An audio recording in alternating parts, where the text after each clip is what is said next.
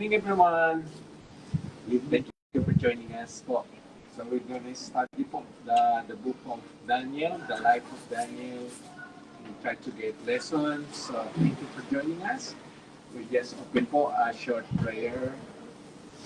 Lord, we come to you sa magandang lugar na to. Ito po sa lugar na Doctrine Sarah.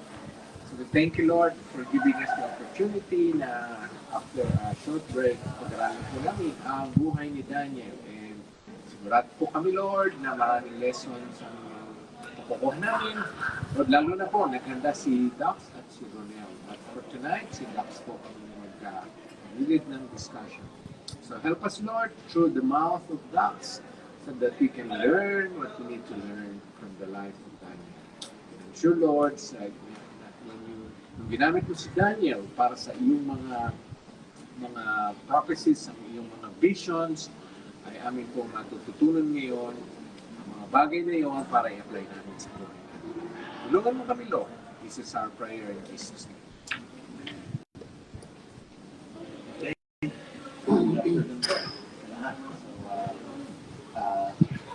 Ang nakasign ko sa akin sa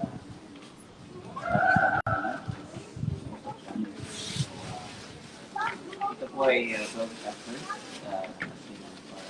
pero hindi po natin i-discuss ito lahat dahil mahaba po yung we'll try our best to cover probably yung chapters lagi po yung aim natin pero let's see po how it goes. Okay, so in chapter 1 po, Daniel 1, this happened in the time of the king Jehoiakim of Judah.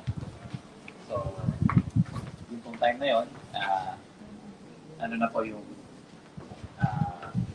Babylon, they are becoming a strong kingdom and they started to invade other nations, other kingdoms. So, yun po, nagiging powerful na yung Babylon Empire at nag-expand po sila. So, yung time na yun, King Nebuchadnezzar of Babylon came to Jerusalem and besieged it in the name of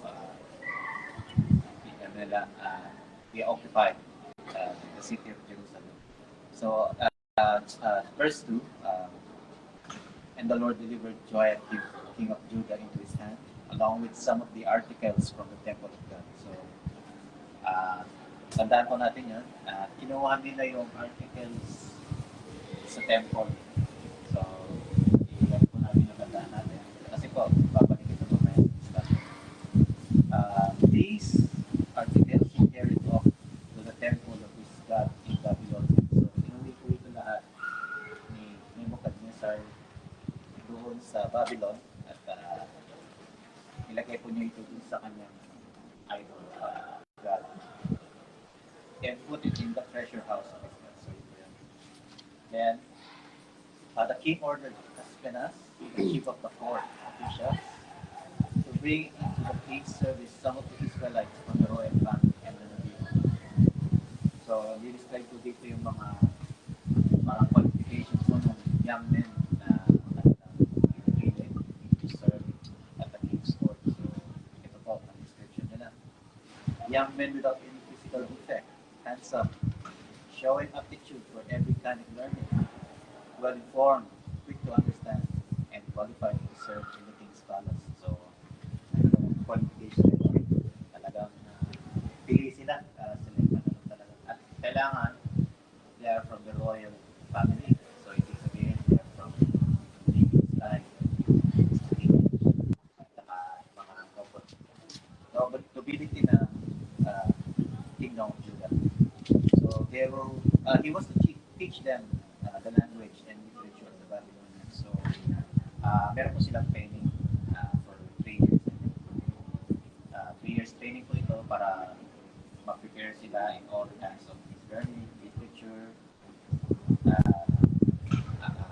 arts, and it's mentioned here na sila ay nag-aral din ng mga practices, pagan practices. So, tandaan po natin yun. Kasi yung Babylonian Empire po is a pagan kingdom. It's not the Lord is not it's not their God. So it is a pagan kingdom. So in order to serve in the king's court, kailangan marunong po sila sa lahat ng klase ng learning. So they should become wise men in order to serve in the king's court. So para mangyari po yun, they should know it says here, they should know occult practices. So, para magiging ano sila? Magician, or sorcerers, or enchanters. So, very big challenge po yung kay Daniel sa mga friends nila. Since they believe in the Lord. So, parang napakalaking contrast doon sa faith nila kung matututunan nila yung occult practices at the same time, they keep their faith. Pero, as we will learn from this chapter, merong ano si Lord sa kanila, merong protection and blessing. Pinotektahan niya sila Daniel and the female. Na-immerse sila sa ganung learning, naging enchanter sila, naging wise men sila in all occult and pagan practices. They still remain faithful to the Lord. So, it's not a normal occurrence po. Supernatural po ito. So, yeah. Kaya ano si Lord sa amin. The Lord is working with them para ma-maintain nila yung faithful nila sila kay Lord while serving the King of Babylon. So, yun. Itong ano po, next verses, it says here, binibigyan po sila nung portion nung king's food daily. So, ibig sabihin, nakikishare po sila sa pagkain ng king. So, yeah. Take note po natin, no? They are sharing with the royal food. Pero yung pong royal food na yun is not ordinary food. It's the best food in the land. Actually, yun po yung pinakamasarap, pinakamalinamang or anything, the best food that the kingdom can offer. Yun po yung ino-offer sa king for his, at his table. So, hindi po ordinary food yun. Pero, yung pong food na yun ay, I think, sa description po rito, or yung i-indicate po rito sa chapter na ito, yung food na yun ay ino-offer din sa kanilang mga gods. So, ano po yun, parang food sacrifice to idols, which is as we know po sa Bible, ayaw ni Lord yun na kakain tayo ng food which is sacrifice to idols. Is a big sin of idolatry or something. So, sabi ni Daniel dito, skip na ako sa verse 8. But Daniel resolved not to defile himself with the royal food and wine. And he asked the chief official for permission not to defile himself this way. So, ang intention ni Daniel is to not to defile himself with the food. So, ibig sabihin, ayaw niyang kainin yung pagkain na sacrifice sa idols. He wants to remain faithful kay Lord for doing that. So, nakiusap siya sa dun sa chief of the court na kung pwedeng hindi sila kumain yung pagkain na yun.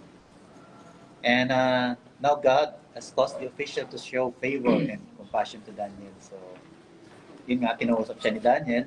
Tapos sabi ng official, I'm afraid of my Lord the King who has assigned your food and drink. Why should he see you looking worse than the other young men your age? The king would then have my head. So takot siya sa buhay niya. Kasi nga, ayaw sumunod nila Daniel. Saka yung friends niya, ayaw kainin yung pagkain.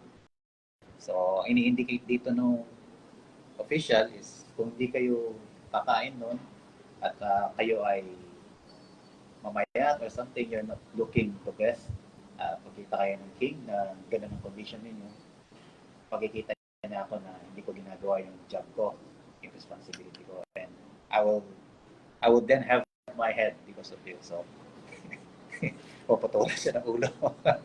Ganun siya. So, natatakot siya sa life niya. So, then Daniel said to the guard, i-test sila sa ganung bagay. So, ito si Daniel, nagbibigay siya ng suggestion. Please test your servants for 10 days. Give us nothing but vegetables to eat and water to drink. So, ibig sabihin, ito, nagpo-propose siya na kung pwede kumain lang kami ng gulay tsaka tubig lang. And let's see for 10 days. So, parang gaano siya nag-offer siya ng test sa chief official para maiwasan mo yung pagkain ng royal food. So, and then, sabi dito sa verse 13, compare our appearance with that of the young men who ate the royal food and treat your servants in accordance with what you see. So, pumayag yung chief official na i-test nila yun for 10 days. Then, at the end of the 10 days, they look healthier and better nourished than any of the young men who ate the royal food. So, parang unusual po yun. Ano? At the end of 10 days, they will look healthier and better nourished. Pagkain lang ng gulay at tubig. Don't you think na ano yun? Unusual yun? Kakain ka lang ng gulay at tubig. Then, you look, parang mas ano ka pa. Taba ka pa or something, you look better. Actually po, hindi ito normal. This is unusual. So, as explained po sa mga pictures po, ang sinasabi rito, may intervention na naman si Lord sa kanila. Merong supernatural provision si Lord na kahit ganun lang yung kinain nila, they're being nourished by the Lord. So, hindi po ordinary yung pagkain. Pag tayo, sinubukan natin yung kakain tayo ng gulay and tubig for 10 days. Makakayayat ka talaga. So, that's not normal. It's not recommended. Pero dito, in this case, kay Daniel, in honor ni Lord yung intention ni Daniel na hindi siya magkasala. So, para ma-honor ni Daniel. Para masunod ni Daniel si Lord. Gumawa si Lord ng paraan para ma-nourish sila by just eating vegetables and water. So, pinapakita dito yung obedience ni Daniel sa commandments ni Lord. Actually, ito yung sa law of Moses, yun yung dietary laws nila. Hindi sila kakain ng mga food na sacrifice to idols. So, yun yung sinunod ni Daniel dito. It shows Daniel's faithfulness to the Lord and obedience. So, ano po tayo? Skip na tayo sa verse 18. So, dumating na po yung time after ng 3 years, they're ready to be presented to the king. So, ready na silang mag-enter sa service of the king. The king talked with them, verse 19, and he found none equal to Daniel, Hananiah, Mishael, and Azariah. So, they entered the king's service. So, nakita ng king na iba itong apat na to. They are really wise in every matter of wisdom and understanding about which the king questioned them. He found them 10 times better. So, talagang magaling. They are 10 times better than any of the magicians and enchanters in his whole kingdom. So, dito rin, meron din supernatural provision si Lord. Talagang ginawa niya silang very wise. 10 times better than anyone in the kingdom. So, kikita niyo talaga yung ni Lord dito. Yung favor niya and his blessing to these 4 men, including Daniel. So, yun po yung chapter 1. Ang lessons po dito is, Daniel and his friends were unwavering and uncompromising in their faith to the Lord, even during exile. So, kahit nasa foreign land na sila, they still remain faithful and obedient to the Lord. Hindi nila kinalimutan si Lord kahit nasa Babylon na sila. Sinusunod pa rin nila yung commandments ni Lord. Alam pa rin nila kahit lahat ng training na pumasok sa kanila as pagan practices and occult. Ang hirap nun. Kalayan mo yun. Parang magiging priest, dark priest or occult priest or pagan priest. So talagang kung wala kang kay Lord, kung wala pang nubay si Lord sa'yo, talagang maliligaw ka na. You will practice idolatry, which is a big sin. Malalayo ka talaga kay Lord. Kasi iba na yung magiging pagsunod mo. Hindi na sa Kanya yung allegiance mo sa false gods na.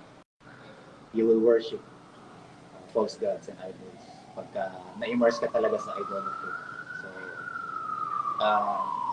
yun nga, merong si Lord sa amin, merong blessing and favor. Then, Daniel trusted the Lord with all his heart. Sometimes daw, we're tempted to compromise. Kahit maliit na bagay lang, makakompromise tayo. Pero pinakita dito ni Daniel na, he remained, or he trusted the Lord completely. At, yun nga, in-honor naman ni Lord yung kanilang faithfulness.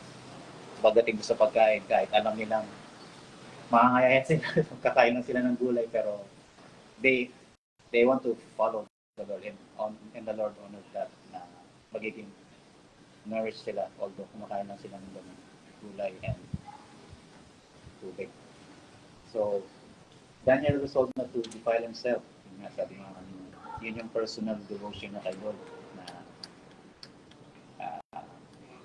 ayaw niyang kumain ng food sacrificed to idols. And I think meron din section dito na di binanggit, pero I think Daniel is also praying to the Lord all the time. Meron siyang prayer life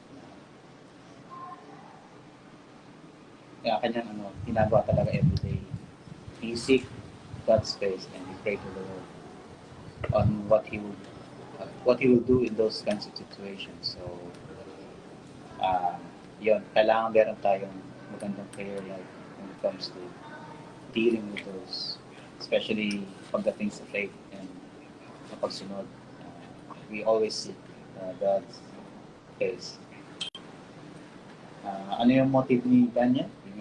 He sought to honor God's word and his devotion to obey the Lord's commandments. So yun po yung chapter 1. Maiksi lang, pero meron mga lessons doon. So it's actually yung book po ni Daniel is all about faith, absolute trust and faith to the Lord. And yung mga sins ng pride. So inaano lang po natin. I-discuss lang natin yung summary. So yung pong chapter 2, ito yung Nebuchadnezzar's dream. Ito po yung pinadala ko kanina, yung statue. Yeah. So, I know it's a difficult subject, pero try po natin i-discuss. Not with our own understanding, pero may the Lord guide us regarding this topic. So, Daniel 2. So, skip na po ako sa kanyang dream dito.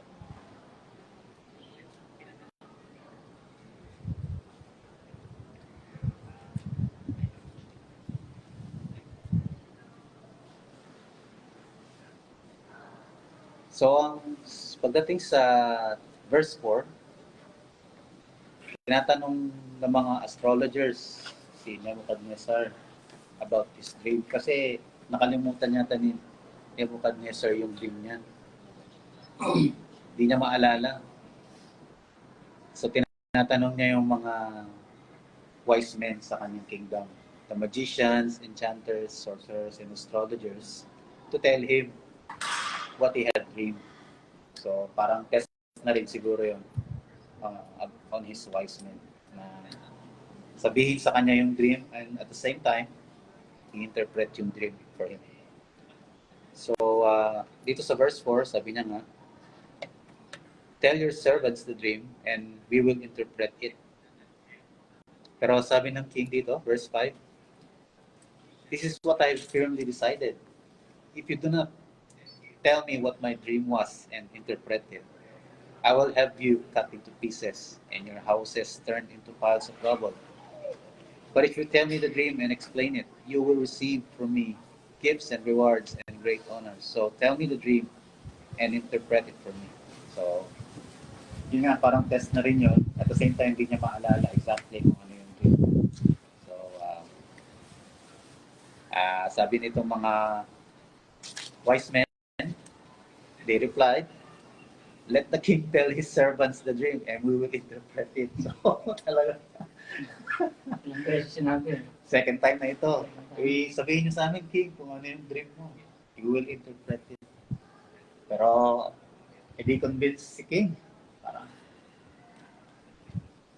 ito, sabi niya sa verse 8, I am certain that you are trying to gain time because you realize that this is what I have firmly decided. So, ibig sabihin, hindi nila alam yung dream. They don't have the answer to the king. So, yun nga, pinipilit nila si king. Sabihin nyo na lang yung dream mo. That's interpret namin. Pero sabi ng king, no. Simply, no.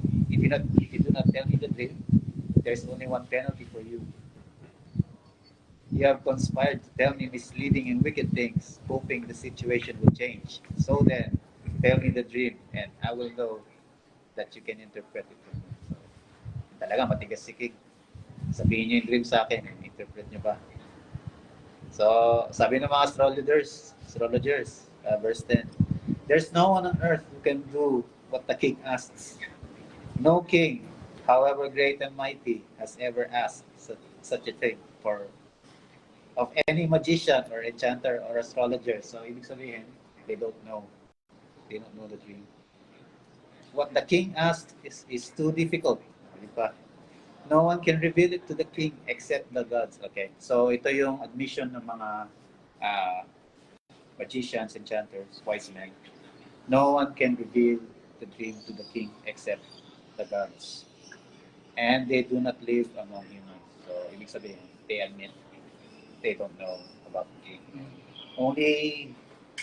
Only the supernatural can reveal to them gods or supernatural who do not live among humans. So, sa sagot na yon ng mga wise men, nagalit si king sa verse 12. This made the king so angry and furious that he ordered the execution of all the wise men of Babylon. So, yun na nga, hinihingi na yung ulo nila. So, because they don't met the king's expectations. So the decree was issued to put the wise men to death, and men were sent back. When men were sent to look for Daniel, so hinahanap na rin si Daniel, tsaka yung friends niya, kasi they will also be put to death. So, ngayon, hinahanap na nga si Daniel sa verse 14, and nalaman ni Daniel na they will be put to death because of what happened. Then Daniel spoke to the king's guard with wisdom and tact. So, nakiusap siya kung bakit ganon. And then, the king's guard explained na natin si Daniel. So, in-explain lahat ng king's guard yung nangyari kay Daniel. So, at this, verse 16, at this, Daniel went into the king and asked for time so that he might interpret the dream for him. So, humingi ng time si Daniel. So, he's not necessarily asking for time para ma-delay yung death niya. Pero he's suggesting here na kaya niyang interpret yung dream. Hihingi lang siya ng time to give the king the answer. So, parang ano naman si king. Parang pumayag naman siya. Pumayag si king dito.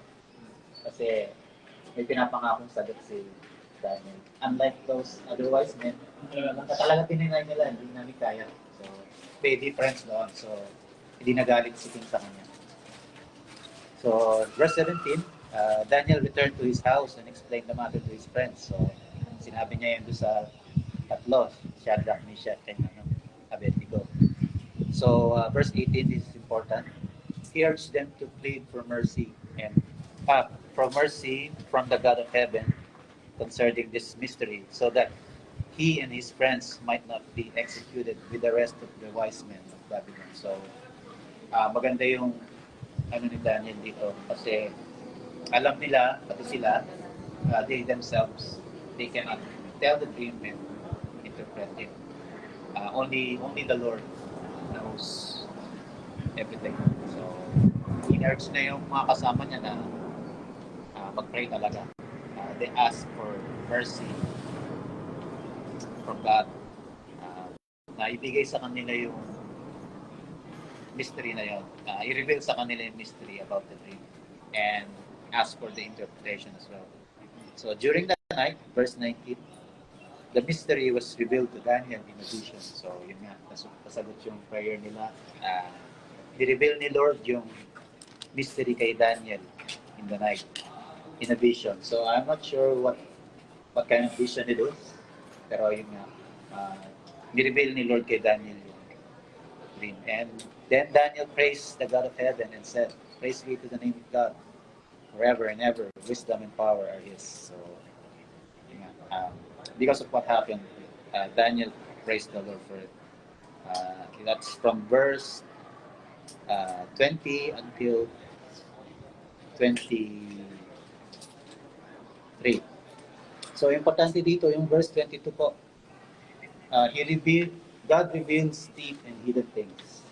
He knows what lies in darkness and light dwells with Him. So, ibig sabihin po, the Lord is omniscient. Only the Lord is omniscient. He knows all things. So, yun po yung attribute ni God na wala sa iba. So, only the true God can know everything. He is omniscient. Yun po yung isa sa mga lessons dito. Then, pagdating po sa verse 24, pwede na si Daniel na bumalik kay King. So, sabi ni Daniel dito, nakiusap siya, "Do not execute the wise men of Babylon. Take me to the king and I will interpret his dream for him." So, ready na siya. So, dinala siya ni Arioch sa king and he said, "I have found a man among the exiles from Judah who can tell the king what his dream means." So, ready na siya magsabi kung ano yung dream. The king asked Daniel, "Are you able to tell me what I saw in my dream and interpret it?" Daniel replied, "No wise man, enchanter, magician, or diviner can explain to the king the mystery he asked about." Ito yung importante. Verse 28. "But there is a God in heaven who reveals mysteries. He has shown King Nebuchadnezzar what will happen in days to come. Your dream and the visions that passed through your mind as you were lying in bed are these." So, ito na.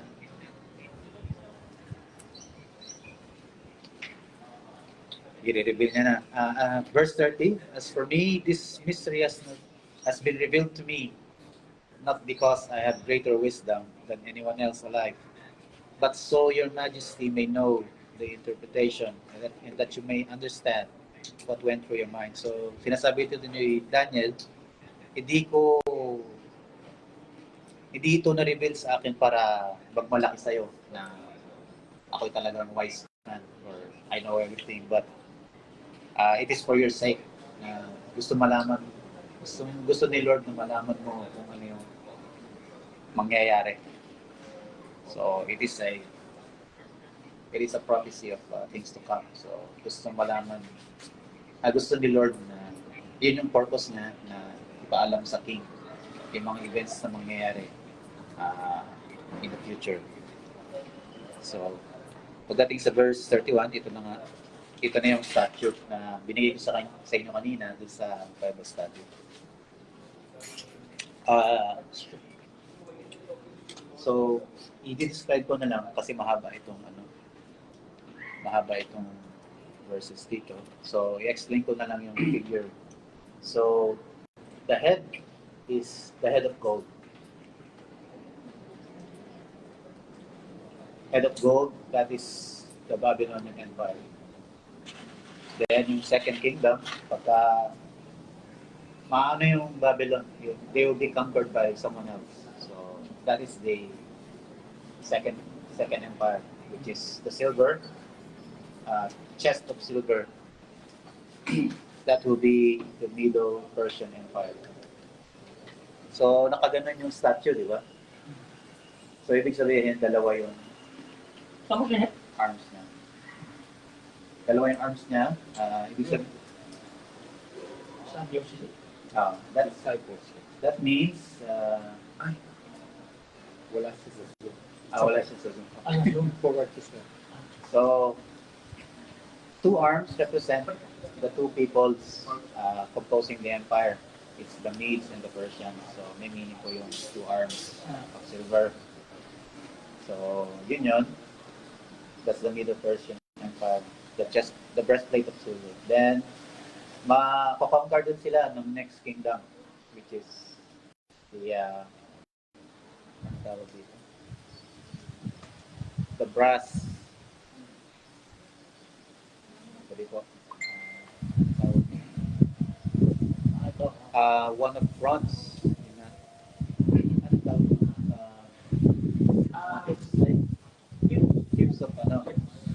Hips of brass. So, ibig sabihin yung lower section niya. That's made of bronze or brass. That kingdom, according to preachers and Bible scholars and researchers, that is the Greek Empire. Yun yung empire na nakatalo nakakonquer sa Middle Persian Empire. So that's led by Alexander the Great.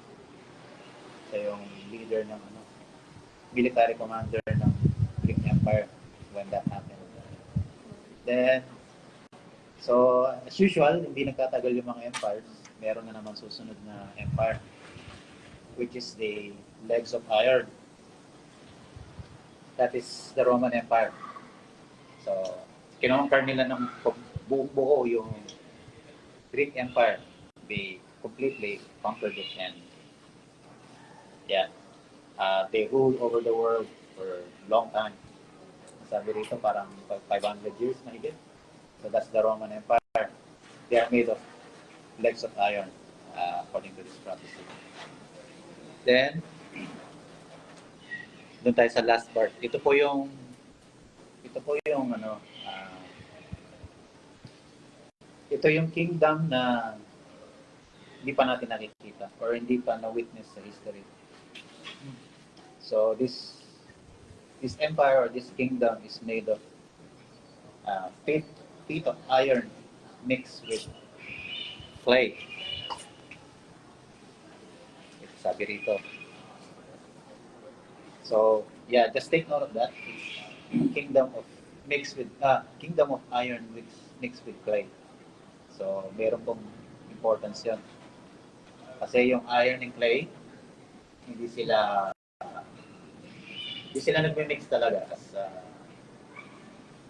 as usual. Parang hindi sila alloy or they don't make themselves stronger pag pinagsama mo. Parang hindi maganda yung bond nila.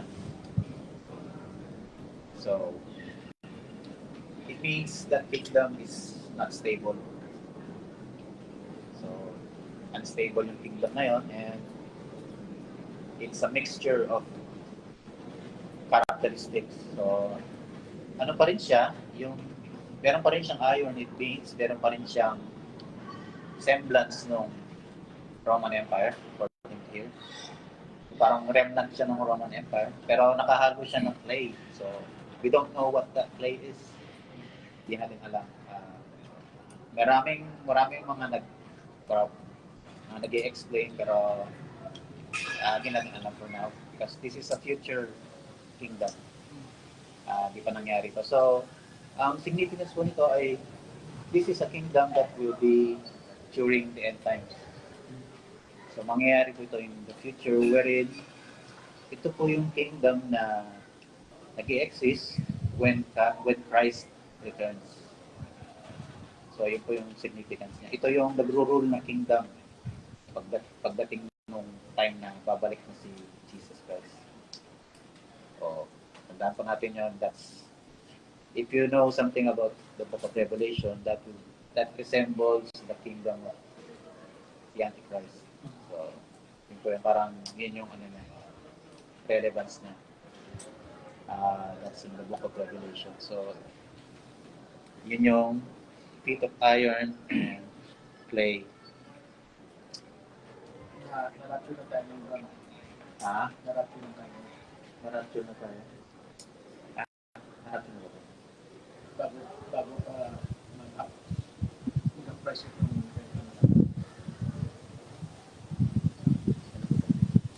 Mauna po mararapture yung church before yung Antichrist. Oh, bago mo ba ang Antichrist? Okay. Mararapture na yung church during that time. So, yun po.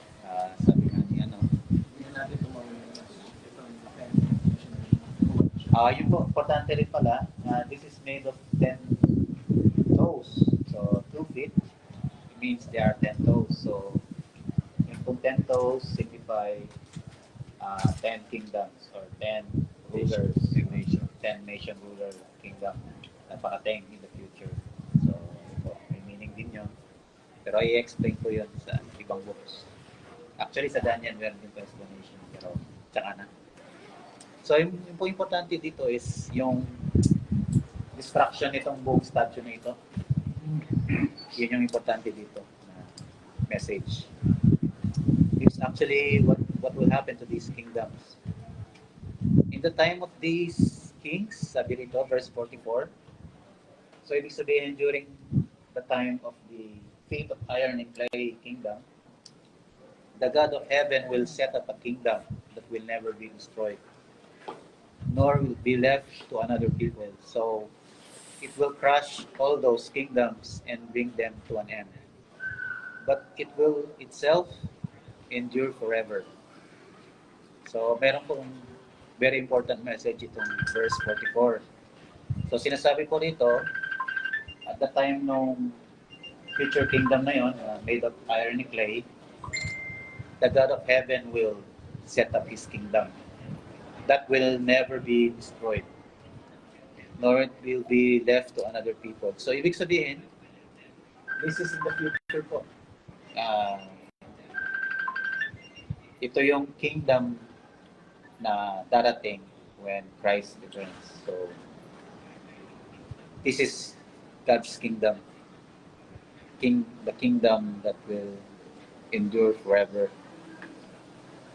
And it will destroy all these kingdoms. Kasi tatamaan po yung statue sa paa. So, pag tinamaan yung statue sa paa, ibig sabihin, everything else will fall down. All these kingdoms will be crushed as well, or will be destroyed. This is the meaning of the vision of the rock cut out of the mountain, but not by human hands. So, ibig sabihin, this rock is not by human means. Ano ito? Divine siya. A rock that broke the iron, the bronze, the clay, and the silver, and the gold to pieces. Sabi niya, i-destroy niya lahat ito. Itong lahat nitong kingdoms na ito. The great God has shown the king what will take place in the future. Yun nga, sinabi ko. It will take place in the future. The dream is true and the interpretation is trustworthy. So, nakalimutan ko pong bagitin dito yung kung sino yung rock na yun. Nakalimutan po natin mention kanina. Nakalimutan ko po ito. Sa verse 35 ng chapter 2 pa rin. 2. Verse 34 po. So, nandito yung rock. While you were watching, a rock was cut out, but not by human hands. It slapped the statue on its feet of iron clay and smashed them. So, yun po. Merong rock daw na galing from the mountain, but it's not by human hands. So, hindi po ito human kingdom. It is a divine kingdom. Tatamaan niya yung statue sa paa. Yung sinabi ko kanina. So, if you know something about the rock, that is Jesus Christ. So, siya po yung rock na binabanggit dito. Siya po yung rock na bumaba and He will destroy all these kingdoms. So, mangyayari po yun in the future sa pagbabalik niya. He will end human rule and He will establish His kingdom that will never end. So, yun po yun. So, nagulat si King dito. Actually, he fell prostrate. So, and he paid him honor and ordered an offering and incense be presented to him. So, talagang amazed siya sa nangyari. He even fell prostrate before Daniel. Ibig sabihin, parang sinamba niya, hindi ko alam. He gave him respect, honor, and sabi ni King kay Daniel, surely your God is the God of gods and the Lord of kings and a revealer of mysteries, for you were able to reveal this mystery. So, si God po talaga ang nagre-reveal ng lahat ng bagay. Wala pong hidden sa kanya. He knows all things. So, yun po yung isa sa mga lessons doon. Then, meron pa rito, yun po sinabi ko kanina na end times, yun yung kingdom, day of the Lord, tsaka yung Christ, the beginning of Christ's reign on earth. He will establish His kingdom on earth. Jesus Christ is the rock, isa rin po sa mga lessons. So, mabanggit po ito sa 1 Peter chapter 2, verses 7 to 8. He is the stone which the builders rejected, but He become the chief cornerstone. So, siya po yun. He is the rock of offense also sa mga unbelievers. So, He will destroy those who do not put their faith in Him. Sa mga unbelievers, He will destroy sila lahat when He comes back. Yun po. Tsaka yung verses 46 to 47, it mentions here the sovereignty of God. So, pinanggit po yung lahat para ma-reveal po yung plan tsaka purpose ni Lord. Meron siyang purpose eh. Kasi nga, yung mga kingdoms ay hindi, mga human kingdoms, they're not righteous or they don't match, they don't, anong tawag nito? Wala sila sa standard ng kingdom ni Lord, yung gustong mangyari ni Lord na kingdom. They don't pass that standard. Yeah, it actually went worse. No? Kung nakita niyo po yung mga methods doon, pababa yung value. Pababa yung ano niya, yung tawag, grandeur niya o yung value niya. From gold to silver to bronze, tapos naging iron. Pababa yung value niya. Ibig sabihin, palala yung kingdom. Pababa ang standard. So, ito yung significance ng metals. Then, palakas lang ng palakas yung strength. Tingnan nyo yung gold, di ba? Very soft metal, pero precious siya. Silver, medyo malambot, okay na rin, pero medyo mas stronger siya compared to gold. Bronze, alam natin, malakas yan kasi ginagamit yan sa armor noon. Pwede naman yan, weapons grade na yan. Then iron, pagdating sa iron talaga, very strong yan, very strong metal. Pero very cheap. Oo. So yun yung trend niya, decreasing value, pa-decreasing in strength. Ibig sabihin yung kingdom, nagtagal. So actually yung Babylon, ilang years lang to eh. Very short period lang siya. Then Medo-Persia, it lasts for hundreds of years. Greek Empire, ganun din, pero mas mahaba compared to Medo-Persia. Pagdating sa Roman Empire, umabot siya ng more than 500 years. So siya yung longest empire actually. So yun po yung meaning ng metals.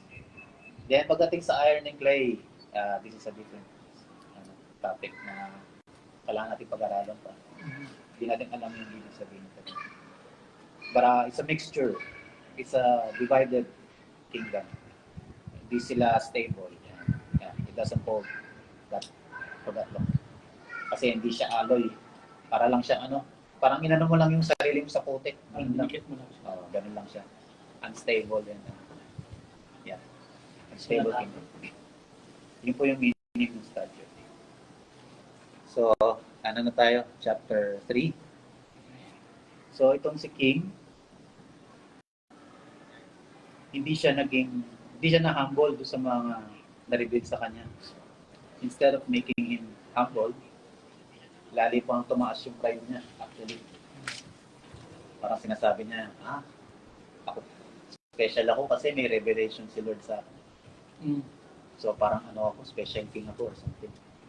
So instead na ma-overwhelm siya dahil yung kingdom niya ma-conquer one day, sasamit siya kay Lord, the opposite happened.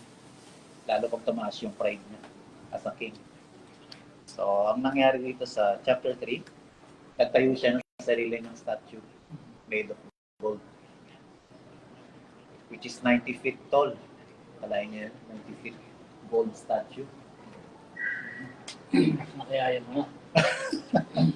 So that's the topic of Daniel 3, and he made this image of gold for everyone to worship. So sinasabi niya rito, ginawa ko to para sambahin niyo. So gumawa siya ng decree for everyone to worship this image of gold.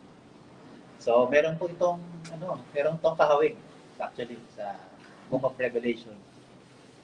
May gagawing image yung Antichrist, and he will command everyone to worship it. So meron pong ganong similarity. So kung mababasa niyo po yung o pagkakataon niyo mabasa yung Book of Revelation, maaalala niyo po ito. Daniel chapter 2. So the King Nebuchadnezzar made an image of gold. Yung nga sabi ko nga, 90 feet high. So very high po ito, mataas po ito. Then he summoned everyone, satraps, prefects, governors, so lahat po ng important men sa kingdom niya para i-present niya itong image. Dedication ng image, sabi dito. So, nandun sila lahat, nagka-tempo lahat ng wise men and the governors of his kingdom, and they stood before it. Then the herald loudly proclaimed, nations and peoples of every language, this is what you are commanded to do. So meron pong commandment si King. As soon as you hear the sound of the horn, flute, zither, lyre, harp, pipe, and all kinds of music, you must fall down and worship the image of gold that the king has set up. So yun po yung purpose ng image. Gusto ni King na sambahin ito. So merong kaparusahan dito. Whoever does not fall down and worship will immediately be thrown into a blazing furnace. Yun po yung mangyayari pagka nag-resist ka. Pag narinig mo na yung music, you should fall down and worship daw. Pero pag hindi mo ginawa, you will be thrown into the fire. So yun nga. Verse 7, yung narinig nila yung music, and everyone fell down and worshiped the image. So sumusunod sila. Kasi nga, yun ang commandment ni King. Pero at the same time, dito verse 8, some astrologers or wise men or some Chaldeans came forward and denounced the Jews. So sino po yung mga Jews dito? Sila yung 4 men, which is Daniel and his friends. So pero sumusunod yung mga Jews. May nakapansin sa kanila. So yun nga, sinumbong sila kay King Nebuchadnezzar. May sinasabi nila, nag-issue ka ng decree na pag narinig nila yung music, worship sila. Pero meron ditong mga Jews, dito sa verse 12 sabi, but there are some Jews whom you have set over the affairs of the province of Babylon. Yun nga, yung four men who pay no attention to you. So nagsusumbong sila. These Jews pay no attention to you, Your Majesty. They neither serve your gods nor worship the image of gold you have set up. So, yun yung sumbong sa kanila. Yun sila sumusunod. So, nagalit si King. Verse 13. So, he summoned these, actually 3 men lang pala. Shadrach, Meshach, and Abednego. So, dinala sila kay King. And tinanong sila ni King, is this true that you do not serve my gods or worship the image of gold I have set up? Pag narinig mo yung music, hindi kayo sumusunod. Sabi. Pero binigyan sila ng chance. Sabi. Now when you hear the sound, if you are ready to fall down and worship the image I made, very good. Sabi. So binibigyan sila ng pagkakataon. O, kung narinig nyo na yung music, at sinabi ko, worship kayo, that's good. Feeling good. Pero kung hindi kayo susunod, sabi niya, you will be thrown immediately into a blazing furnace. Ito po yung question ni King sa kanila. Then what God will be able to rescue you from my hand? So, kina-challenge niya yung God ni na Shadrach, Meshach, and Abednego. So, parang pinasabi niya, wala na kayong ligtas ngayon. Sino magliligtas sa inyo? Then what God will be able to rescue you from my hand. So, he's saying na wala kayong ligtas sa akin. So, ang sabi naman dito, ito yung magandang sagot niya na ng 3 men kay King. King Nebuchadnezzar, we do not need to defend ourselves before you in this matter. If we are thrown into the blazing furnace, the God we serve is able to deliver us from it. So, they are confident sa gagawin ni Lord sa kanila that God will be able to deliver them from the fire. And He will deliver us. So, they are very sure talaga na i-deliver sila ni Lord from that ordeal. But even if it does not, sabi dito, kahit hindi raw mangyari yun na baligtas sila, that we will not serve your gods or worship the image of gold you have set up. So, either sumunod sila o hindi, hindi, mali.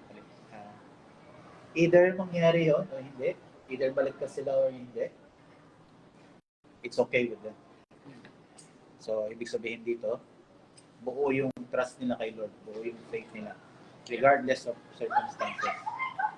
In any circumstance, they just trust the Lord. Let's have some interactions, Dax. Kasi pag tuloy tayo, baka matabunan kasi ito. Ito kasi chapter 3, isa sa pinaka magandang highlight din sa book of Daniel. Lalo na yung sinabi doon sa yung sinabi doon sa verse 7. Ang sabi doon, if we were thrown into the blazing furnace, the God we serve is able to deliver us. Okay, so there's a confidence, there's a belief na kaya ng Diyos na iligtas sila. Okay? Ngayon, sinundan yun yung sabi niya. Sabi niya, He'll be able to deliver us. Okay, hindi kami yuyuko, hindi kami mag-worship dun sa idol mo. Pero yung magandang sinabi niya, even if He does not, we want you to know, Your Majesty, that we will not serve your gods and worship the image of God. So let's have some interaction kasi nalit si Ron. Nga pala, may kasama pala ako, sorry. Hindi. Maganda yun eh. Maganda kasi ma-interaction para for the mga nanonood ka. Kasi isa sa maganda to. So anong pinapakita, anong mini-message sa atin ng Panginoon dito? O anong lesson makukuha natin sa sinabi nitong Meshach, Abednego? Meshach, Shadrach, and Abednego. Ano yung sinasabi? ano sinasabi sa iyo, sa akin, Kuya Long at Ronel, na meron tayong Diyos na i-deliver tayo. Kaya niya i-deliver tayo. So, I will obey Him. Pero tapos sabi niya, even if He does not, kahit hindi niya kami i-deliver, I will still obey Him. Sabi nila, I will not still bow down. So palagay niyo, anong insight, anong makukuha natin, ma-apply natin sa buhay natin? True, Kung anong yes. correction ang maibibigay natin sa mga wrong notion, sa mga wrong ng Diyos na kasi ang daming lesson makukuha dito, di ba? So parang ano po, parang iba kasi nagtatas lang kay Lord kapag pagka nangyayari yung gusto nilang mangyari. Parang natawag na-answer po yung prayer nila or nabibigay ni Lord yung desire nila. Pero that's just one side of faith. Pinapakita po rito. Trust Him regardless of kahit anong mangyari. So meron silang in-express dito na ang Diyos ay kaya niyang gawin ang lahat. But sometimes, God would not answer. Diba sabi niya, nare-recognize nila even if He does not. So sa experience nila, itong tatlong ito, na ang Diyos ay kayang gawin lahat, but sometimes God would not answer prayers. So this is po na ma-address yung area natin, lalo na po yung mga tinuturo nila na ang Kristiyano ay hindi dadaan sa apoy, hindi dadaan sa pagsubok. Kasi nakita niyo, wala silang sinabing they did not rebuke. They did not make declaration. Kasi marami dito, di ba kami lang yung sinasabi yung decree and declare. I decree that this will not happen. I declare that this will not happen. Yeah. Sinabmit nila ang mangyayari sa kanila, ang faith nila sa Diyos na pwede silang iligtas, pwedeng hindi. But hindi na bago yung faith nila. Kaya yung magandang makukuha nating lesson dito. Talaga po. True test. We submit to God's providential control. He may deliver us. He can deliver us, but sometimes He may not. Pero makita natin dito, kung tatapos nga yung istorya na talagang pumasok sila sa apoy. And then yung question nga nila, yung statement ngayon, it's very profound. Lord, I will serve you, I will worship you. I know you will answer all my prayers. But Lord, kahit hindi mo sagutin mga prayers ko, I will still worship you, I will still serve you, I will still obey you. Isn't that an amazing lesson sa ating lahat? Yung sinasabing ganyan. Marami kasi nga i-address natin, maraming belief na pag ikaw ay Kristiyano, sasagutin ng Diyos ang lahat ng panalangin mo. This is a proof na in-express nila that God may not answer. At dito, makikita natin kung tatapusin ni Dax mamaya, sumagot ang Panginoon, but it's in a delayed situation. Dinelay niya ang pagsalba, no? Hindi niya pinigilang pumasok sila sa apoy. Okay. So yun na po. I just want to have kung meron kayong reaction, kung may comments, kung meron ka doon, sa tapusin mo muna. Tapusin niya. Yun lang, maganda ko lang stop natin kasi nga, pag natabunan to ng chapter 4, chapter 5, chapter 6 na. Tapos wala nang Tapusin mo. Tapusin mo yung chapter. Maganda yung 3, tapusin mo ngayon. Okay. So yun po, yan yung ordeal nila ngayon. Ordeal nila. They will be thrown into the furnace. Kasi furious na si King. Sasagot nila. His attitude toward them changed. So, pinainit niya na yung furnace 7 times more. 7 times hotter. Kasi galit na siya. Parang ang dating sa kanya, total disobedience. Talaga sinuway siya ng 3. Kaya, out of his anger, he ordered the furnace heated 7 times hotter than usual. So, yun nga. Shadrach, Meshach, and Abednego were thrown into the blazing furnace. So these men, wearing their robes, trousers, turbans, and other clothes, were bound and thrown into the blazing furnace. The king's command was so urgent, and the furnace so hot, that the flames of the fire killed the soldiers who took up these men. And these three men, firmly tied, fell into the blazing furnace. So ang blazing furnace po, para siyang smelting, ano daw? Smelting pot. Tunawan lang siya ng metal. Oo. So, hindi talaga ito torture chamber. Hindi siya dito isinadya para sa mga parang hindi siya ginawang torture chamber for punishment. Talagang siya, normal smelting pot. Pero, ihuhulog lang yung object doon. It's like a metal. Then, yun, kainitin. Then, yung end product, ilalabas nila. Parang meron siyang maliit na opening sa baba para makuha nila yung metal. So, in this case, tao yung ilalagay nila sa furnace. Tinapon daw sila doon sa loob. So, yung actually, napakainit doon ng furnace. Namatay yung mga nag-hold sa kanila doon. Sa sobrang init, namatay yung mga men na nagbabasa kanila sa furnace. Then the king leaped to his feet in amazement and he asked his advisors, di ba tatlo yung tinapon natin? Sabi niya, yung tanong niya. Then sagot ng mga tao, certainly, Your Majesty. Alam nila, tatlo yung tao doon. Then sabi niya sa verse 25, look, I see 4 men walking around in the fire, unbound and unharmed. And the 4th looks like a son of the gods. Yun nga, meron daw 4th person doon sa furnace. Sabi dito, and the 4th looks like a son of the gods.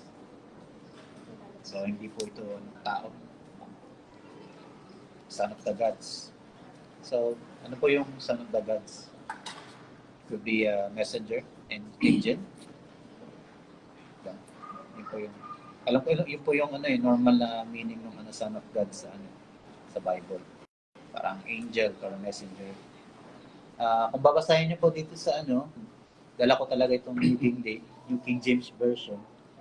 Sabi dito sa verse 25, and the form of the 4th looks like the Son of God. So, parang isa rin itong interpretation. Son of God na capital S. So, ibig sabihin parang dito sa New King James Version, it says it's the Son of God. So, parang si Jesus daw yung nandoon sa furnace. So, inayin ko naman Son of God. Opo. So, dalawa po yung possible interpretation. It's either Son of God, the small s, could be an angel who is with Amen. Or sa ibang versions po, it's the Son of God, which is Jesus Christ na nandun sa kanila, kasama nila. So, either way, we need to avoid yung speculations kasi yun lang ang sinabi ng scripture. So maraming nagsasabi, it could be the angel, it could be even Jesus Christ himself. Yung representation daw ng Jesus Christ. What's important is, it's something that is divine. Pinadala ng whether it's the angel, whether it's the Son of God, whether it's Jesus Christ, it's someone na galing, napadala ng Diyos yun. Actually, yung meaning yung sabihin talaga, God, i-intervene supernaturally. So, napadala siya ng isang para protektahan yung 3 men. So, hindi sila nasunog. Kasi hindi na explain ng scripture ko doon. Pero yun na po. So, they were never hurt. They were never singed on the fire. So, then, inutusan sila nagutos si King, nabuksan na yung furnace and shouted to them, Shadrach, Meshach, and Abednego, servants of the Most High God. Ngayon, recognize na servants daw sila ng Most High God. Come out. Come here. So, dahil sa amazement niya, he's already, parang na siya, nag-believe na siya, or parang, convinced siya na itong God na sinaserve nitong tatlo, these three men is the true God. Sabi niya nga dito, servants of the Most High God. So, hindi ito sinasabi ng king na basta-basta. Kasi nga, natayo nga siya ng statue tapos pinapa-worship niya. Ngayon, ito sinasabi niya, servants of the Most High God. So, meron na siyang recognition to the Most High God. So, lumabas yung tatlo.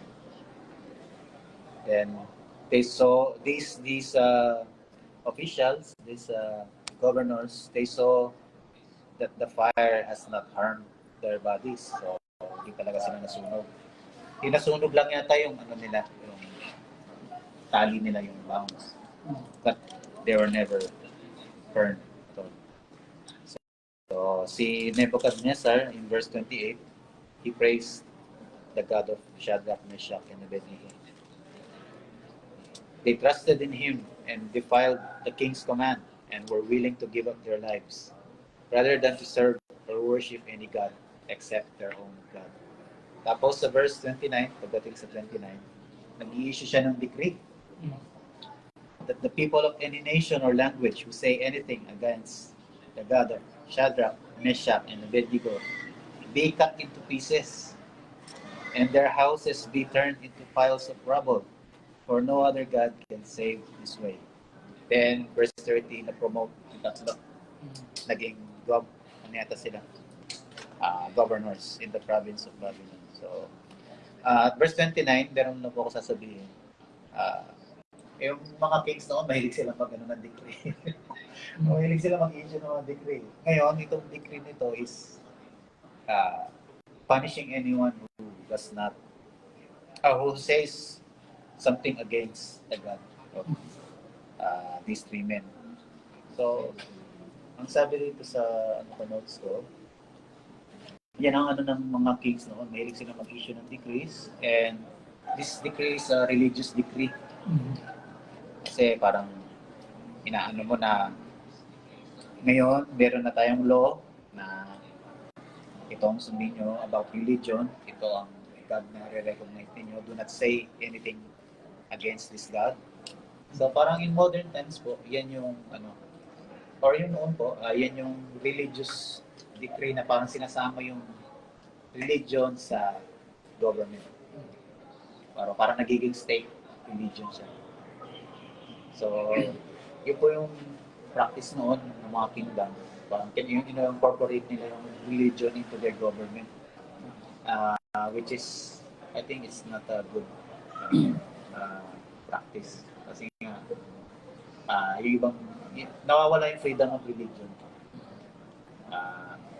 Saka yung ibang tao, parang na-endanger yung lives nila. Kasi kung meron ng ganong decree, susunod na yung lahat. Kahit hindi nila tawag doon, kahit ano sa kalooban nila, kahit labag sa kalooban, they are obliged to obey. Actually, hindi naman kasi na-impress lang si Nebuchadnezzar.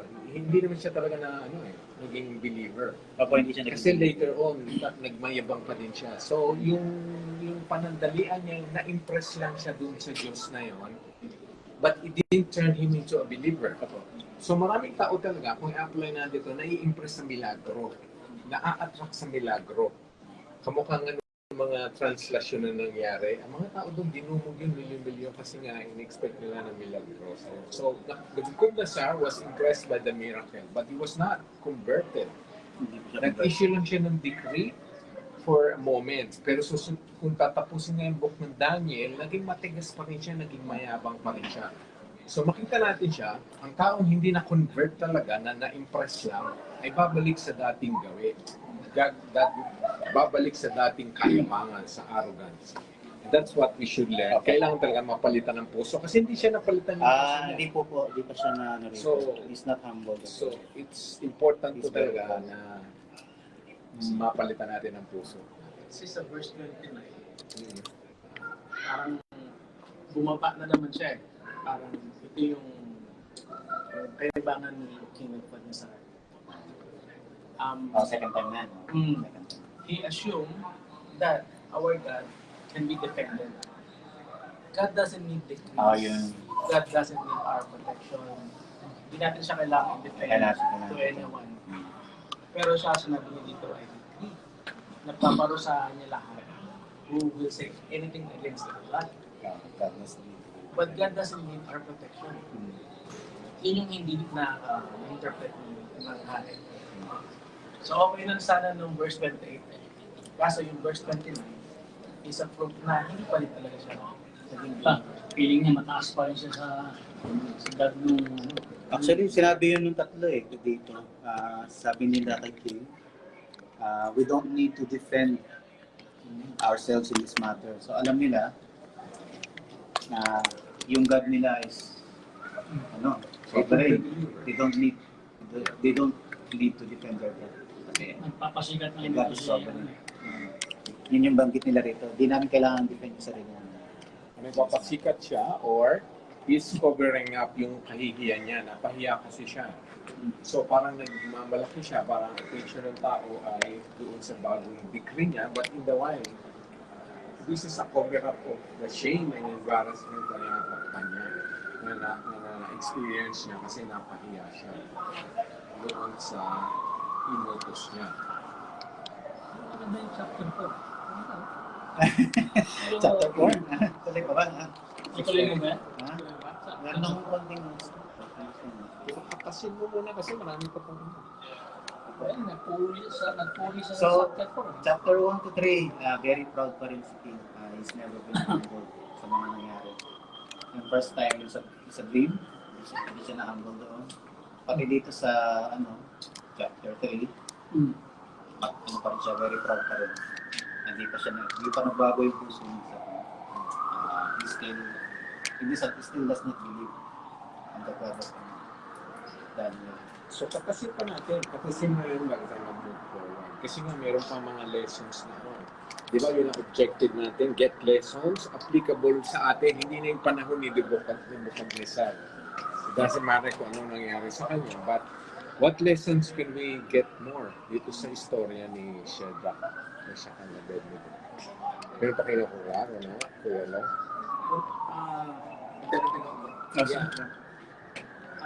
Sa Book of Daniel kasi, yung first 1 to 6 chapters speaks about yung experiences ni Daniel dun sa King's Court. Yung other half, chapter 7 to 12, speaks about his prophecies, his dreams. So magpo-focus lang po tayo sa 1 to 6. So, among all the saints and prophets ng Old Testament, si Daniel ang isa sa mga best example on how to live a Christian life. And balik tayo sa chapter 1. My most favorite verse doon is yung last verse. Yung verse 21. Basahin po natin. And Daniel remained there until the first year of King Cyrus. Si King Cyrus po is hindi po siya Babylonian king. Siya po yung Medo-Persian king.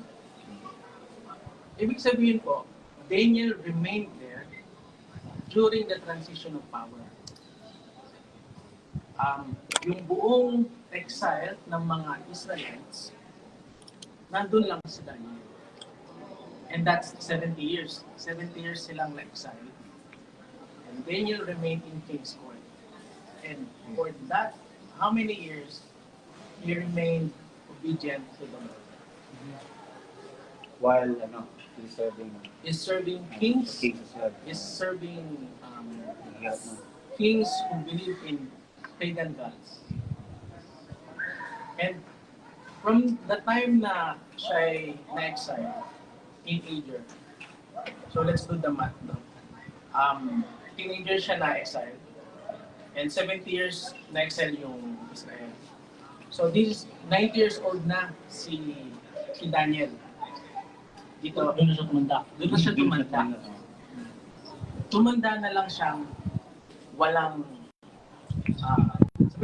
of course, nagkakasala siya. but he remained perfectly obedient to the Lord. Nasa foreign land siya, itinuro sa kanya yung foreign practices, itinuro sa kanya yung foreign gods, iginrupo siya sa mga oracle, kabilang siya sa grupo ng mga magicians, enchanters, astrologers, which are occult in the eyes of the Lord. Pero kay Daniel, hindi natin siya narinig, hindi natin nabasa na siya'y nag-object. Okay lang sa kanya yun. Kahit kasama siya sa grupo niya. Pinalitan yung pangalan niya, okay lang din sa kanya. Hindi siya nag-object. Tinuruan siya ng literature and lahat ng knowledge ng kingdom na sumakop sa kanila. Okay lang sa kanya. Pero, nung pinapakain na siya ng pagkain ng hari, kagaya sabi ni Dax kanina, Daniel knows na inalay ito sa pagan gods, which is detestable to our God. So, Daniel was able to draw a line. Nanindigan siya na you can change everything in me, but not my faith. Not the command that God has set to me. It was clear that sinabi niya mismo dun sa bantay na nope, hindi kami kakain ng king's food. Lahat, ito lang yung kaisa-isang in-object niya in this chapter. Lahat binago sa kanya, lahat ipinasok sa kanya, for sure against his will. Okay lang sa kanya. But when it comes to disobeying God, he was very clear. He set the boundaries straight. Hindi siya natakot sabihin doon sa bantay. And this is so relatable sa atin, mga Christians. Sometimes we find ourselves being compromised na merong nag-uudyok sa atin, merong nagtitiis or nagbibigay ng temptation sa atin to do things that are disobeying the Lord. Things that disobey the commandments. So, si Daniel was able to compartmentalize na hindi nyo ito hindi nyo makuha sa akin. Yung faith at yung obedience. You can change my name, you can change my culture, you can change everything around me. But when it comes to God, mananatili akong maninigil. So, yun yung isa sa mga magandang lessons sa first chapter. Meron akong notes dito, sabi dito, si Daniel nasa kingdom siya ng Babylon, pero hindi siya taga-Babylon. So, ibig sabihin, Okay. he's in the world, parang connotation. We are in the world sa Christians, but we are not of this world. Dagdag ko rin bro, yung setting na yan ay sinis sila, sabi sa chapter 1. So, ang karamihan sa kanila ay napunta ng Babylonia sa east. May mga naiwan, of course, sa Jerusalem. Pero karamihan sa kanila, sinis sila. So, yung kwento na ito, ang na-highlight ay silang apat. Pero, ang kwento nito ay patungkol sa kanila lahat. Marami sila rito sa buong Babylonia. So, na-highlight yung kwento nila kasi sila talaga yung nanindigan. Pero marami rin nanindigan dito na hindi na rin nakwento. Marami rin ayaw ayaw. Kasi papatayin sila lahat eh. Eh, kinuha nga sila rin para maging slave. Eh, ayaw nilang mag-worship, ayaw nilang sumunod. Eh, hindi ko pwedeng kinuha ko kami, papatayin rin pala lahat. So, pero sila ang na-highlight dito, talagang sumunod sila sa Diyos. Siguro may ibang Hudyo na tempt na mag-bow down, may iba na compromise, may iba talagang sumunod. Kasi in-indoctrinate sila ng Babylonia, 70 years captivity. Tagal nun. Yung mga batang kinuhang mga 5 years old, 7 years old, 12, na-indoctrinate na. Pero sila na-remain nila yung culture nila. Kasi after 70 years, bumalik sila ng Jerusalem. Bumalik sila, yung faith nila kay God, yung trust nila kay God, nandoon pa rin, hindi nagbago, hindi nawala. So na-highlight dito silang tatlo, si Shadrach, Meshach at Abednego, pati si Daniel. Yung pagiging monotheistic worshiper na they worship the God of Abraham, the God of Noah. So tayo, ganun din sana tayo sa buhay natin. Kung saan man tayo mapadpad na lugar, saan man tayo mapunta tayo ng Australia, yes, ang sinusunod natin yung government, yung kultura rito, makikisama tayo, nakikita na sila kung ganito ginagawa nila, na ganito ang law nila. Pero as a Christian, we still have to obey kung ano yung sinasabi ng Bible. Ngayon, kaharap na nilang kamatayan, pero ito na, susunugin na sila eh. Pero talagang submit sila, point of death, no, hindi kami mag-worship sa idol na ginawa mo. Di bali na mamatay kami. Eh sa buhay natin ngayon, paano tayo?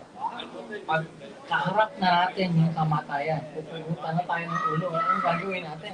At mangyayari yan dun sa last government na mag-rule. Kasi pupunta talaga sila ng ulo. Buti wala na tayo ron, na-rapture na tayo. Papipiliin ka eh, mark of the beast o pugot ulo.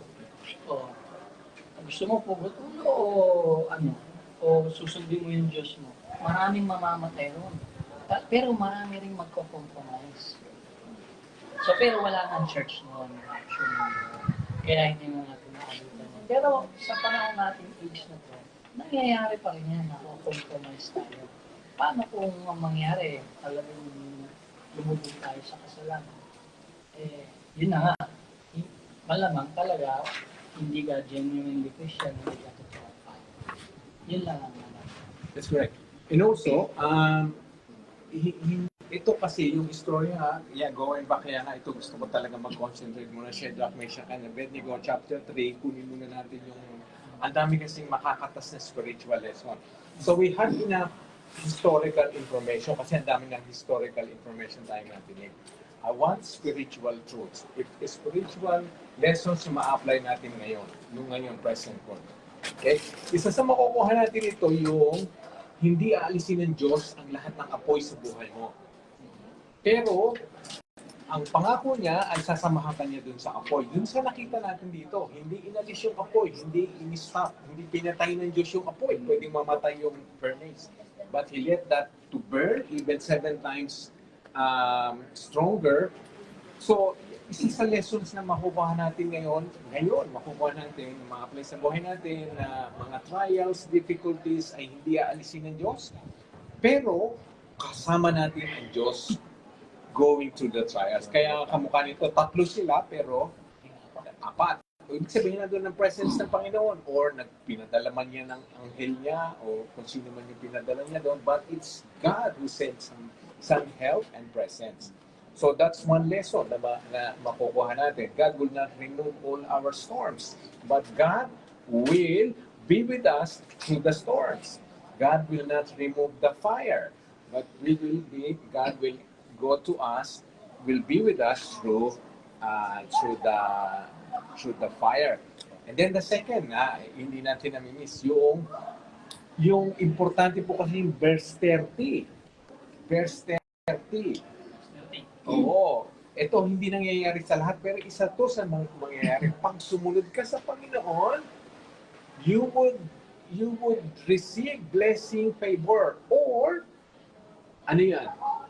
Promotion. Kasi nga, verse 30, promotion. This could be job. Pwede ito sa trabaho.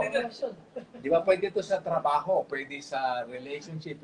Ito lang kasi nakakatas nating lesson na pag sumusunod ka sa Panginoon, merong pabor na bibigay sa iyo o merong promotion. Verse 30, importante yun na sa kabila ng pagiging makatag sa Panginoon, ano nangyari sa kanila? Promotion. Yes, promotion. So, yun ang inaano ko sa inyo, hanapin natin ang lesson na ma-apply natin ngayon. Enough of historical information. Kasi nga, we're not gonna learn from historical information. I-passing lang natin yon. Daanan natin. I want na pag nagdi-discuss tayo, kinukuha, kinakatas ang naa-apply ngayon. Okay? So, yun ang yun ang maganda natin pag-aralan man, si Daniel man, kung sino ang mga pag-aaralan natin, katasin ang applicable sa atin. So, yun, meron pa ba kayo na nakukuha makakatas na spiritual truth dito sa chapter 3 sa istorya ni Meshach, Abednego, Shadrach, Meshach, and Abednego kasama si Daniel. Meron po akong ano dito, nakalagay na. So, parang yung pong mga ganun, yung mga persecution, trial, give us an opportunity to share and That's to testify who God is. That's what He correct. can do. Yan. Yung isa pa yan, maganda yan, maganda binanggit. Kung ikaw ay mantatag sa iyong pananampalataya, hindi mo ikakahiyang malaman ng lahat. Even the unbelievers will be impressed. Mai-impress sila kanino? Sa Diyos. Sa Diyos. Kaya ganun na nangyari kay Nebuchadnezzar, an unbeliever. So if we do the same, if we remain strong in our faith, the unbelievers will be impressed o magugulat sila at pupurihin nila ang Diyos. Ano nangyari, di ba? Praise be to the God of Shadrach, Meshach, and Abednego. How can be an unbeliever? An paganong hari ay nagpuri sa Diyos. Yun, di ba? Verse 28, praise be to the God. Haring mayabang, arrogante, Hindi hirap mangyari. tyrannical, ay nagpuri sa Diyos. Why? Because of the obedience. Because of the faith. Yun. So, nag-pin-promote pa siya. Yung secular na siya. So, yun ang ano natin, yun ang hinahanap natin, hahalughugin talaga natin yung mga ganyan. Meron pa makina. Sa verse 23 po, Ano yun? Anong spiritual truth? itong tatlo is firmly tied. Hinali sila bago sila tinulak sa brazen furnace. Yeah. And then, kita ni Nebuchadnezzar sa verse 25, he said, they are unbound and unharmed. Beautiful. Yeah. Hindi nasunog kahit isang butil ng kanilang buhok according sa verse 27. Aside from that rope na nakatali sa kamay. Mm. So it means that, yes, dumadaan tayo sa trials, pero napag-usapan natin kanina, si God kasama niya tayo sa mga problema ito, sa mga pagsalitin ito. Mm. Pero, with God, He will take away everything that binds us. Beautiful. Right. Mga Yawan. mag-apo sa atin. Itali man tayo ng mundo, ikaw ay free sa Panginoon. maganda yung na-pick up ni Ronel. Tinali sila pero nung nakita ay Nasa loob na. Unbound. walking around. So ang laking fairness no, walking around para walking around ka. What about yung anong tinuturo sa atin yung mga sundalong hinatid sila doon ay nasunog? Anong lesson ang makukuha natin doon? Ayan, sabi doon, the fire killed the soldiers.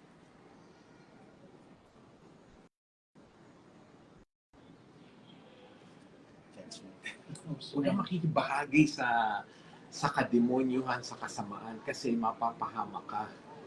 So, hindi natin alam kung alam ba nila ang truth or not. Nag-compromise pa sila, hindi sinasabi. Basta sumunod sila sa hari. So, huwag kang susunod sa kasamaan. Kasi mamamatay ka or madadamay ka sa paghuhusga ng Diyos. Kita mo yan, namatay sila, una nga silang namatay, una silang nasunog. So, if you're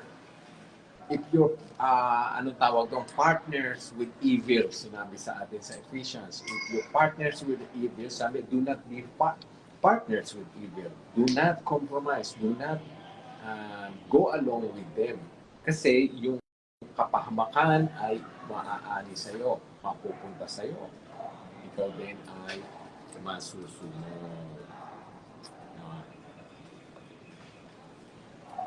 Yun po ang maganda pagkain natin. Ano ba? Yung katasin mo yung spiritual food.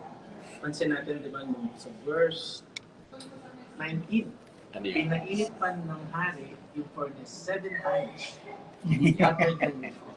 Oo. So, as Christians, the world, the secular world, and the unbelievers will make things worse for us. Could be 7 times, could be twice, Yeah. 10 times. Magiging harsh ang mundo sa atin. Yung sinabi ni Asher kanina, pinagano. Oo. But let us expect that. Hindi maging mabuti ang worldly environment sa atin. Hindi, expected na yun, ano? You'll be persecuted, you'll be... Beautiful, oh.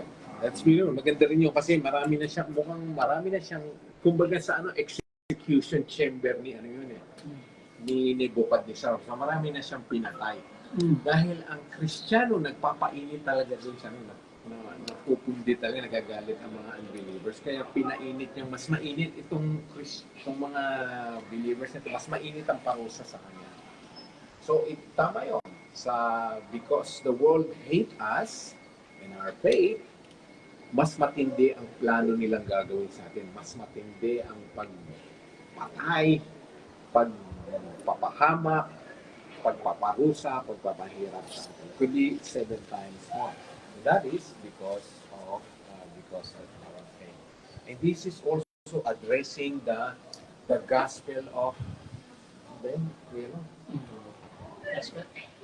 yung false gospel, yung prosperity gospel. Prosperity gospel, tinuturo pag ikaw ay naging Kristiyano na, wala ka ng problema. Hindi ka na makakatanggap ng problema. Kasi yun ang isang sa turo ng prosperity. Yun, yayaman ka, you would not experience any problem. Kasi pag nakaka-experience ka ng problema, ang sabi nila, ang tinuturo nila, kulang ka sa faith. Hindi ka tunay na Kristiyano. May unconfessed sins ka. Kaya ka dumaranas ng problema. So this is saying, si Shadrach, Meshach, and Abednego ay wala tayong nakitang kasalanan, and yet they will experience difficulty. Yet they would experience execution. Yet they would experience the hatred of the world. Yan. So, kahit tayo sumunod sa Panginoon, we cannot expect na magiging smooth ang sailing natin. We cannot expect that there will be no more sickness, no more unemployment, and more. Ano po sabi ni Jesus sa In this world, you will have to do. in this world, you will have to do. Yung sabi niya. So nakita namin, kahit sumusunod silang tatlo,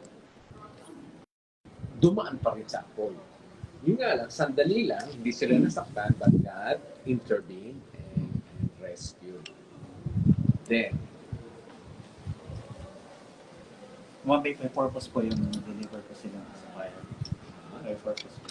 Definitely. Kasi Maraming nakakita niya.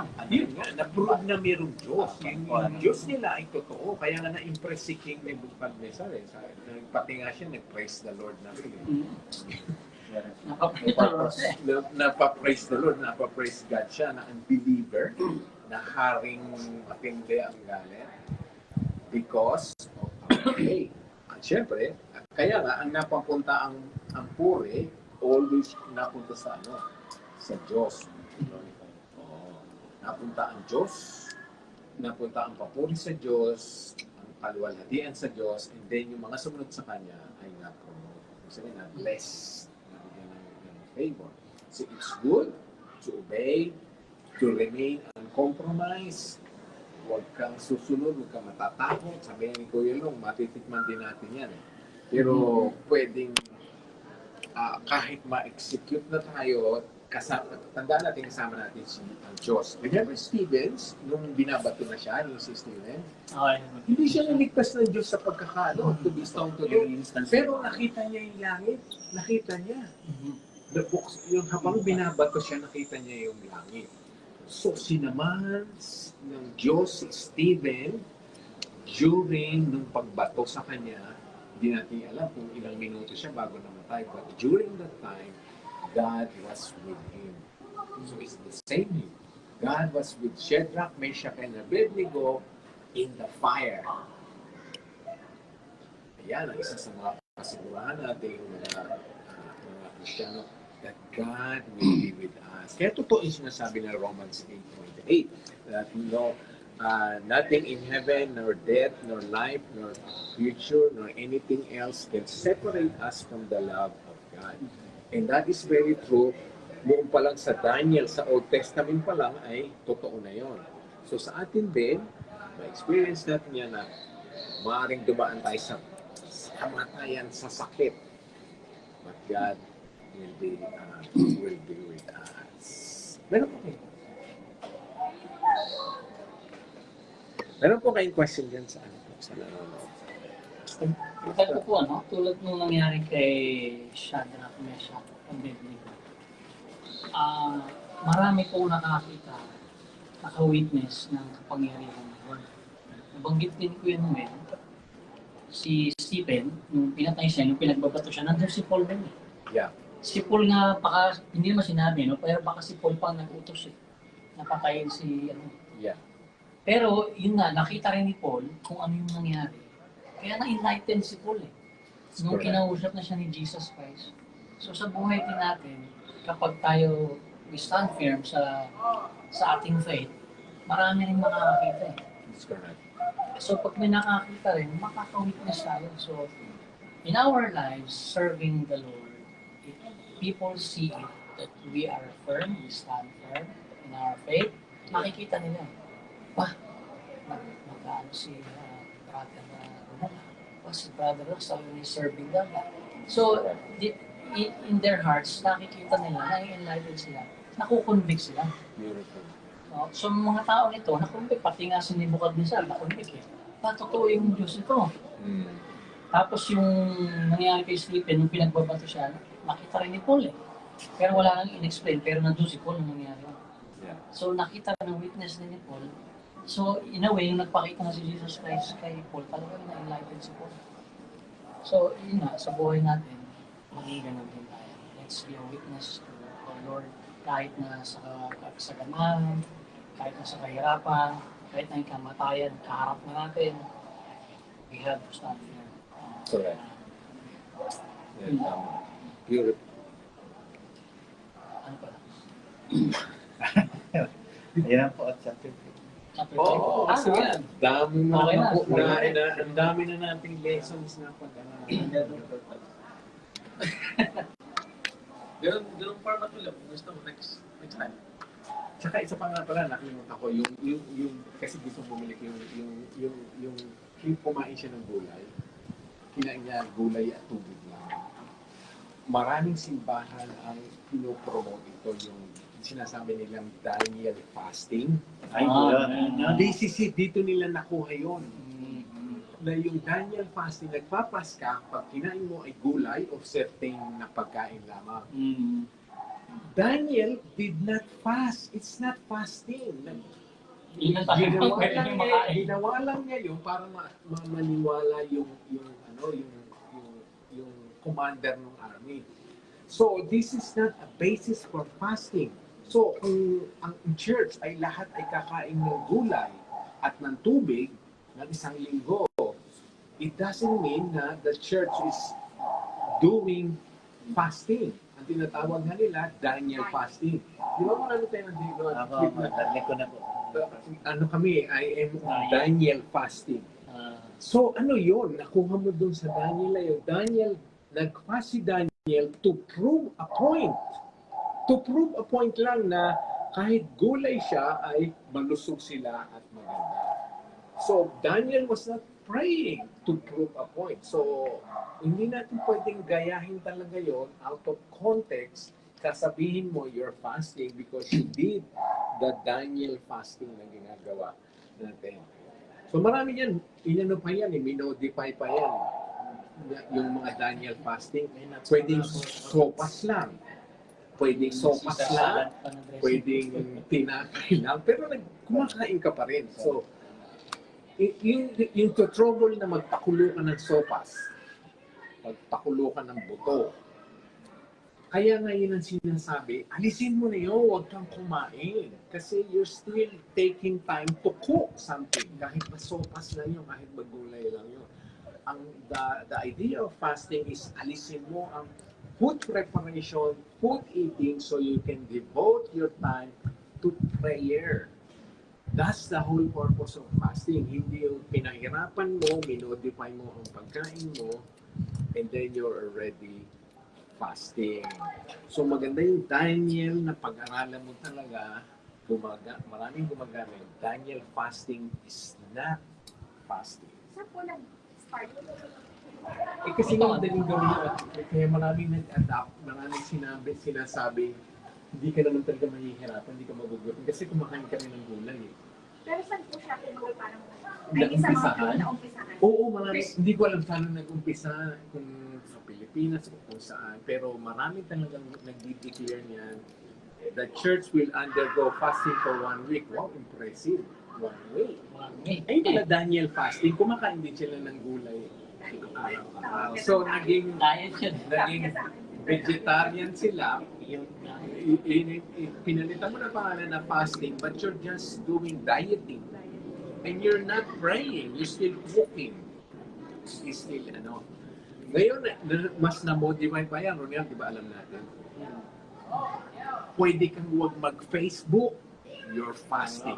Online Pwede fasting. kang huwag mag-TV, Social media fasting. it's your already fasting. Sinasabi nila yon, that's alternative na. Coffee fasting. Yon, hindi ka mag-Facebook, hindi ka mag-TV, that's fasting. That's okay. Kung inano mo yun, na imbis na mag-Facebook ka, imbis na mag-TV ka, nagdadasal ka. Pero sa kanila, they're not doing that, but they're still doing the normal things. They're still going to work, they're still doing other chores, wala lang Facebook, walang TV, and then they're declaring, I am fasting. Yan. So the church can declare fasting, pero ang sabi sa Matthew, sabi ni Jesus Christ, you do not need to announce it. Pwedeng magbigay ng direction ng church, but for you to announce, halimbawa, I am fasting. Ang sabi, do not tell them. Magsuklay ka ng buhok, maligo ka, huwag mong papahalatang nagugutom ka. O ano. Kasi sabi, yung kung ginawa mo yun, tinanggap mo na ang gantimpala mo sa langit. So you do not declare your fasting. And what's the Tsaka what's the point na, halimbawa, example lang, fasting ako ngayon. And then, merong kainan dito may barbecue, and I will come here. I will not eat food. Pero ba't hindi ka kumakain? Fasting ako eh. So what's my point? I am just impressing you. I am just, showing lang ako. The wish lang is, if I am fasting, I will not come here. Nakikita ko kayo na doon na lang ako. Kasi parang ini-impress ko lang kayo, hindi ako kumakain, tinitiis ko. So I am impressing you, I am, natanggap ko na ang gantimpala nyo. Wala nang gantimpala, hindi na nalulugod. So, those are the things na kailangan natin alam. Yun lang, napasok lang kasi naalala ko yung Daniel fasting. So kung magpa-fasting ang DOCC, talagang walang kain. Ay, hindi naman natin de-declare yun ng isang linggo dahil hindi natin kaya yun eh. Trabaho tayo. Oo, it's not practical. Maybe we can declare a few hours. Kasi hours, half day. But kung isang linggo, dapat ang lahat naka-leave. Dapat lahat walang pumapasok. Marami nun. Nabalitaan na yung maraming ginaya si Jesus Christ na matay. They fasted for 40 days. Mayroong gumawa. Nako! Namatay. Talagang namatay siya. Namatay siya. Kasi nga, it's not godly. It's not, hindi mo, ginaya mo si Jesus Christ. Jesus Christ, meron ka ba talagang leading? Gusto ba ng Diyos na mag-40 days fasting ka? Kailangan kasi ay pag-pray mo. You're not going to declare, Lord, I'm going to fast for 10 days. Talaga bang gusto ng Diyos na mag-fast ka for 10 days? Because kung nagkasakit ka, nang hinga ka, then it's your fault. Hindi sisisihin mo ang Diyos ngayon. So we need to pray, ask for wisdom, and let's stop the spiritual arrogance, spiritual showmanship. Correct. Yan na. Tapos,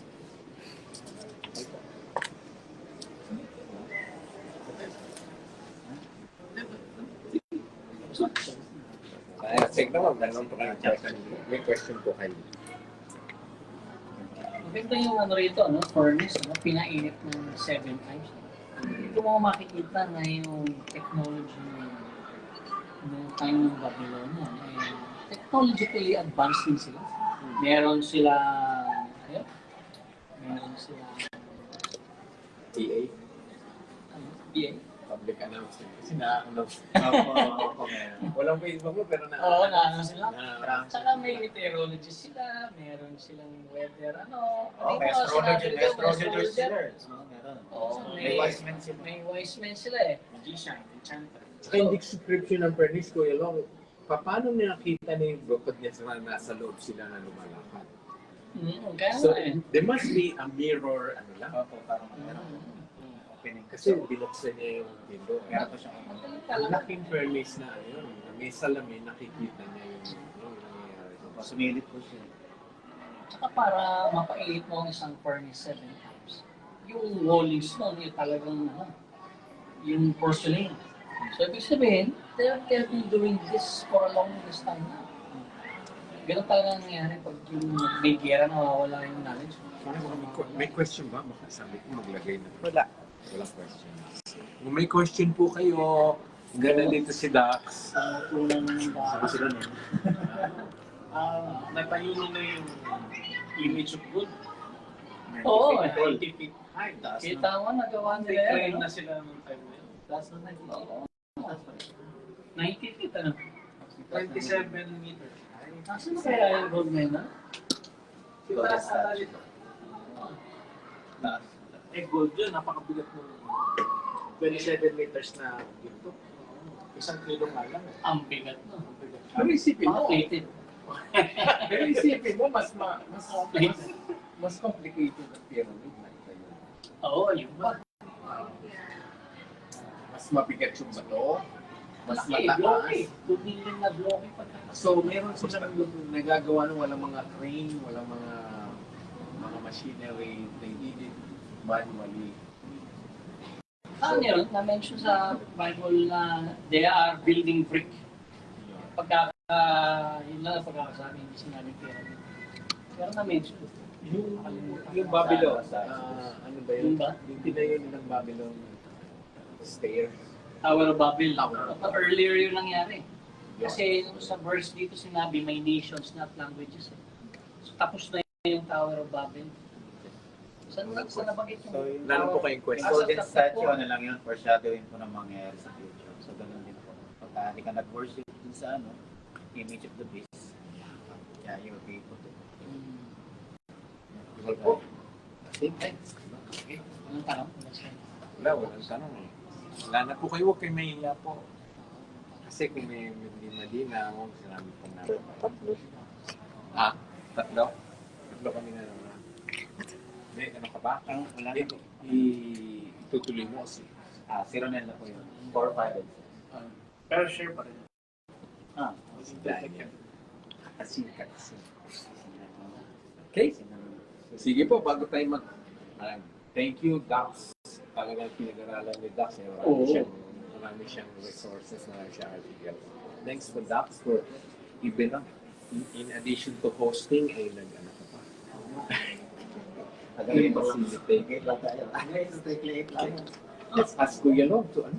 Tayo. Tayo po yung manalangin. Panginoon Diyos, muli salamat po sa oras na ito. Kami ay natipon, Lord, upang pag-aralan niyo sa ika. Panginoon, muli salamat sa aming natutunan. Ngayon po, alam po namin kung paano natin isang tunay na Kristiyano, Lord, na sa kabila ng pagsubok, trials, nariyan ka po, Panginoon, sa nasamahan kami sa lahat ng bagay ng pagsubok. Lord, salamat po sa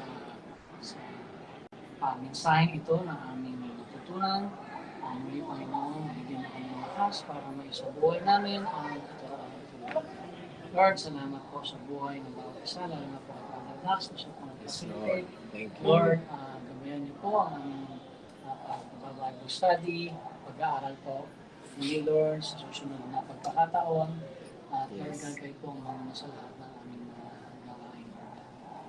Muli Lord, salamat po sa pagkakataon at dalangin sa pangalan ng Jesus. Amen. Thank you po for joining us. Let's say bye-bye. Bye-bye po. Thank you po. Tayo na kami. Kaya